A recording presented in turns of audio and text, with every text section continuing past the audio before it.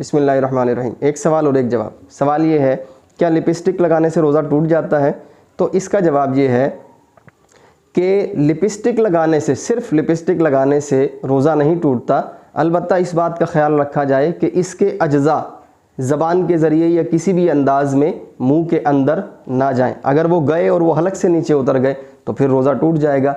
इसी तरह मर्द भी बाज़ दफ़ा होंठ फटने की वजह से लिपस्टिक लगाते हैं या कोई और इसी तरह का लिक्विड इस्तेमाल करते हैं, तो उन सब चीज़ों में इस बात का ख्याल रखना ज़रूरी है कि वो होंठ तक ही रहे और होंठ पर लगने के सबब इसके कुछ अज्ज़ा हलक से नीचे ना उतरें।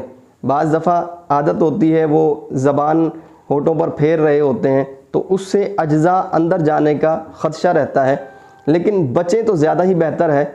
अलबत्ता सिर्फ़ और सिर्फ लिपस्टिक लगाने से या कोई और लिक्विड लगाने से रोज़ा नहीं टूटता।